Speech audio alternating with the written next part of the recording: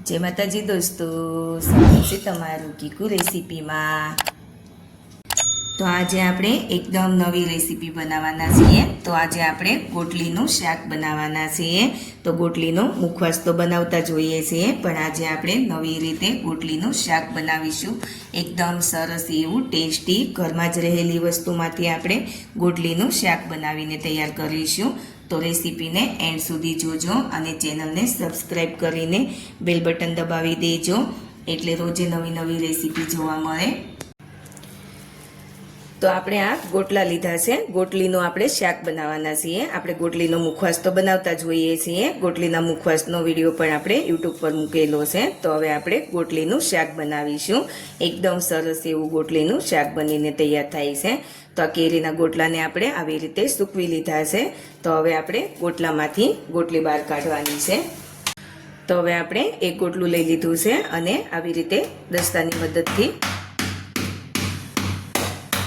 2 થી 3 દસ્તા મારીશું, એટલે આવી તો જોઈ શકો છો કેરીનો મોઢાનો ભાગ ખુલી ગયો છે અને હવે આપણે આવી રીતે ચાકુની મદદથી થોડું ખોલી લેવાનું છે ગોટલાને।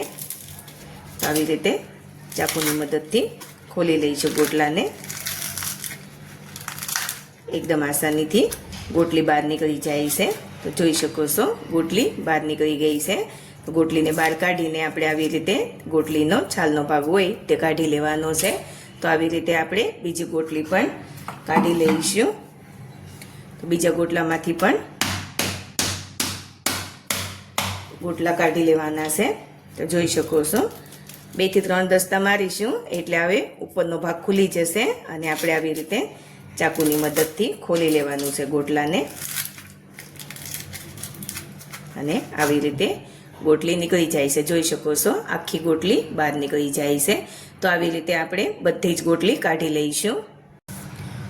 તો આપણે ગોટલામાંથી બધી ગોટલી કાઢી લીધી છે અને હવે આપણે જે આ ઉપર છાલનો ભાગ હોય છે તે પણ કાઢી લઈશું। આવી રીતે છાલનો ભાગ બધી ગોટલીમાંથી આપણે કાઢી લેવાનો છે। તો જોઈ શકો છો આપણે બધી ગોટલીમાંથી છાલનો ભાગ કાઢી લીધો છે। હવે આપણે આ ગોટલીને ધોઈ લેવાની છે। ગોટલીને ધોઈ લઈશું। તો આપણે ગોટલીને બરાબર ધોઈ લીધી છે। હવે આપણે ગોટલીને સમારી લેવાની છે। તો આવી રીતે આપણે ઝીણી ઝીણી સ્લાઈસ કરી લઈશું। પતલી पतली स्लाइस में कट करी लेवानी है। तो बटेटा शीणवानुं स्लाइजर आवे तेमां पण करवुं होय तो करी शकाय छे, पण आपणे अहींया चाकुएथी आवी रीते झीणी झीणी समारी लईशुं। एकदम आसानीथी स्लाइस थई जाय छे गोटलीनी, वधारे टाइम नथी लागतो। जो तमने मारी रेसिपीना विडियो पसंद आवे तो मारी चेनल ने सब्सक्राइब करीने बेल आइकन दबावी देजो, एटले रोजे नवी नवी रेसिपी जोवा मळे।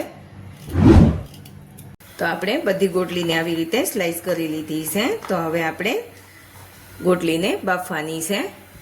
तो हवे आपणे पाणी गरम करी लीधुं छे अने पाणीमां आपणे आ गोटली लई लेवानी छे।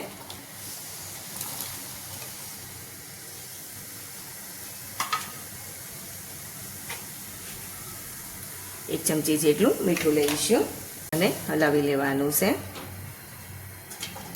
અને હવે આપણે મીડિયમ ગેસની ફ્લેમ ઉપર 5 મિનિટ માટે ગોટલીને બાફી લેવાની છે। તો 5 મિનિટ થઈ ગઈ છે, આપણે જોઈ લઈએ। જોઈ શકો છો આપણી ગોટલી સરસ એવી બફાઈ ગઈ છે। આવી રીતે હાથમાં લઈને ચેક કરી લેવાની। એકદમ વધારે કૂક નથી કરવાની, હાફ કૂક થશે તો ચાલશે। પછી આપણે શાક બનાવીશું ત્યારે અડધી કૂક થઈ જશે, એટલે એકદમ કૂક નથી કરી લેવાની। તો અત્યારે આપણી ગોટલી બફાઈ ગઈ છે। હવે આપણે તેમાંથી પાણી કાઢીને ઠંડી કરી લઈશું।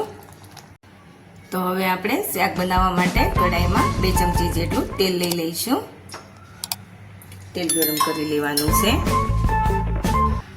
તેલ ગરમ થાય એટલે આપણે અડધી ચમચી જેટલી રાઈ લઈશું। તો રાઈ ફૂટવા માંડી છે। હવે આપણે અડધી ચમચી જેટલું જીરું લઈશું। तो जीरू पण सरस एवं फूटी गयुं छे। हवे आपणे झीणी समारेली डુંગળી લઈશું અને હલાવી લેવાની રીતે ડુંગળીને બરાબર સાતળી લેવાની છે. તો ડુંગળી બરાબર સતળાઈ ગઈ છે. હવે આપણે લાલ મરચું પાવડર લઈશું અડધી ચમચી જેટલું ધાણા જીરું પાવડર લઈશું અને અડધી ચમચી જેટલી હળદર લઈશું અને થોડો આપણે ગરમ મસાલો લઈશું અને બધું બરાબર મિક્સ કરી લેવાનું છે.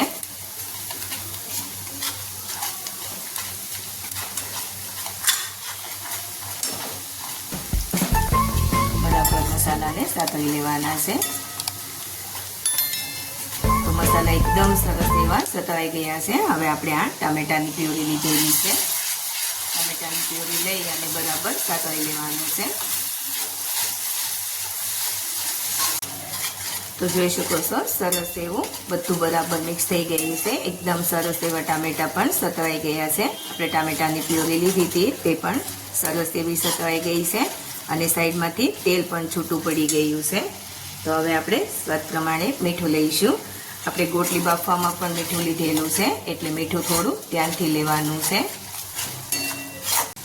તો હવે આપણે જ્યાં ગોટલી બાફીને રાખી હતી તે લઈ લઈશું અને બરાબર મિક્સ કરી દઈશું.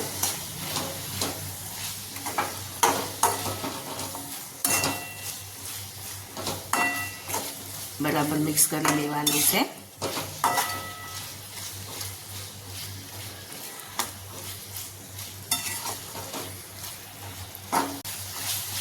તો હવે આપણે થોડું પાણી લઈશું. 3 થી 4 ચમચી જેટલું પાણી લેવાનું છે અને પાણી લઈ અને આપણે ઢાંકીને 2 મિનિટ માટે થવા દઈશું ગોટલીને. તો 2 મિનિટ થઈ ગઈ છે. આપણે જોઈ લઈએ. જોઈ શકો છો એકદમ સરસ એવું તેલ છૂટું પડી ગયું છે અને આપણી ગોટલી પણ સરસ એવી કૂક થઈ ગઈ છે. આપણે બાફી હતી ત્યારે કૂક થઈ ગઈ હતી અને જે આપણે ઓછી થોડીક બાફી હતી તો એ અત્યારે શાકમાં કૂક થઈ જાય છે. એકદમ સરસ એવું આપણું શાક બનીને તૈયાર થયું છે. હવે આપણે કોથમીરના પાન લઈ લઈશું અને બરાબર મિક્સ કરી દઈશું.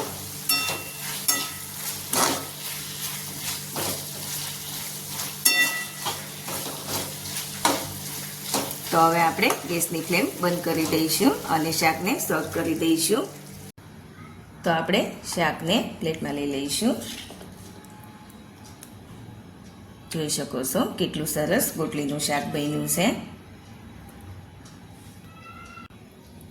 એકદમ સરસ એવું આપણું ગોટલીનું શાક બનીને તૈયાર થયું છે. આપણે ગોટલીનો મુખવાસ તો બનાવતા જોઈએ છીએ તો આવી રીતે શાક પણ બનાવી શકાય છે. એકદમ સરસ એવું લાગે છે સ્વાદમાં પણ. આપણે ઉપરથી કોથમીરના પાન મૂકી દઈશું. તો તૈયાર છે આપણું એકદમ સરસ એવું ટેસ્ટી ગોટલીનું શાક. તમે જોઈ શકો છો કેટલું સરસ ગોટલીનું શાક બનીને તૈયાર થયું છે. તો ગોટલીનો મુખવાસ તો આપણે બનાવતા જોઈએ છીએ તો આવી રીતે શાક પણ બનાવીને ખાઈ શકાય છે. ખૂબ જ સરસ બને છે. તો તમે એકવાર ઘરે જરૂરથી બનાવજો. બધાને ખૂબ જ પસંદ આવશે. અને મારી ચેનલને લાઇક શેર અને સબસ્ક્રાઈબ કરીને બેલ આઇકન જરૂરથી દબાવજો અને કોમેન્ટ કરીને કહેજો કે ગોટલીનું શાક કેવું બન્યું છે.